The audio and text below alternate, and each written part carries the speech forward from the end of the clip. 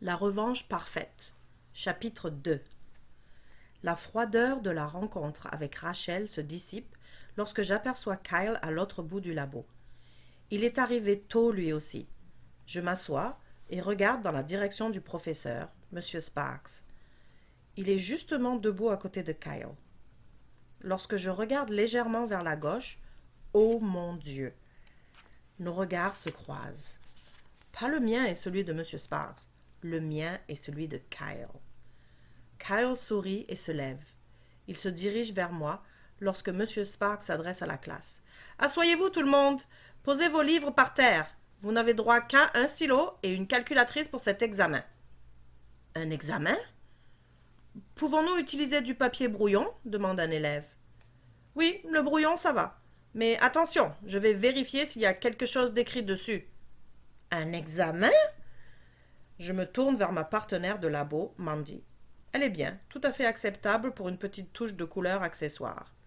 Comme l'école nous jumelle au hasard dans les classes, les filles comme elle sont essentielles à la survie en société.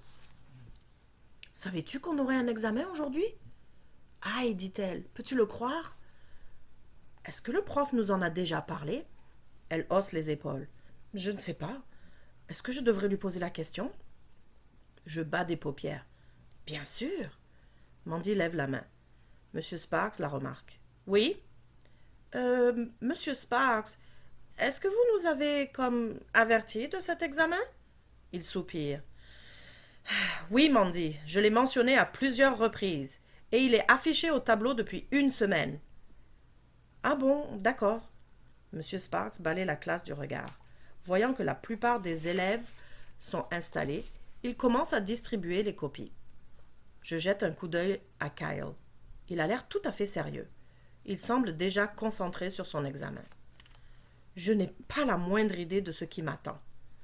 La classification périodique des éléments, les formes d'énergie, qu'est-ce qu'on a bien pu faire dans cette classe? Je sais ce que moi j'ai fait et ça n'a rien à voir avec les sciences. À moins qu'un béguin puisse être étudié en biologie. Cette pensée me fait rire, mais je camoufle mon rire avec un bâillement et fouille dans mon sac à main pour trouver un stylo. Oh, et du papier brouillon, c'est permis. Ma main se referme sur le paquet de feuilles que Rachel m'a donné. Je le sors avec le stylo. Monsieur Sparks pose des copies sur notre table, puis finit de les distribuer. « Bien, dit-il, vous avez toute la période pour faire cet examen. Si vous finissez avant la cloche, veuillez rester assis et vérifier vos réponses. Cet examen compte pour 20% de la note finale. Vous pouvez commencer. » Un silence tendu s'abat sur la classe.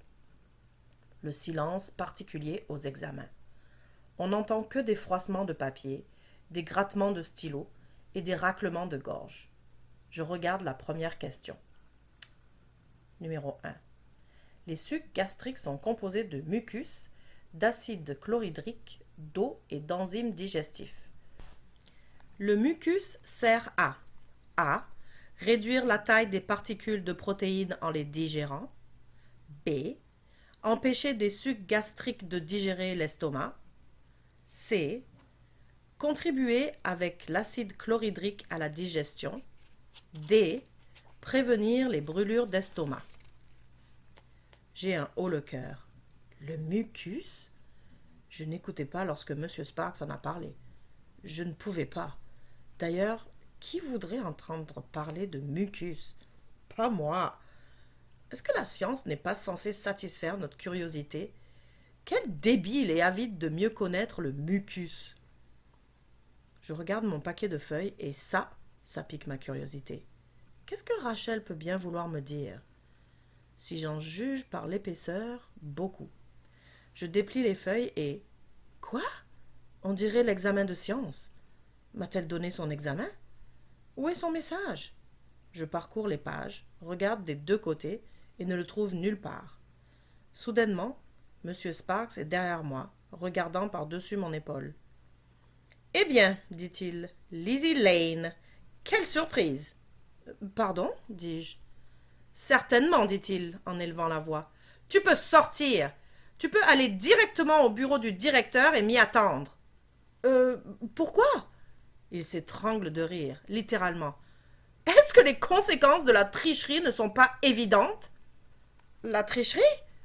Oh, je t'en prie, je te surprends avec le corrigé de l'examen et tu essayes de prétendre qu'il est invisible? Dois-je croire qu'il est apparu sur la table par magie? Le corrigé? Je commence à comprendre maintenant.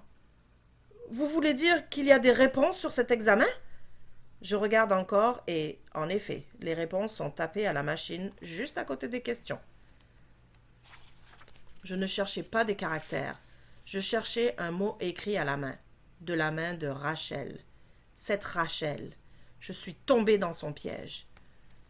Elisabeth, au bureau du directeur. Tout de suite. Je peux vous expliquer, j'en suis certain. Et tu en auras l'occasion chez le directeur. Est-ce que tu y vas? Je n'ai pas le choix. Mes mains tremblent lorsque je ramasse mon sac et mes livres. Je suis cramoisie. J'ai les jambes molles. Je regarde autour de la classe et tous les yeux sont rivés sur moi. Tous sauf ceux de Kyle. La détermination qu'il met à ne pas me regarder me fait sentir qu'il aimerait mieux contempler un tas de mucus.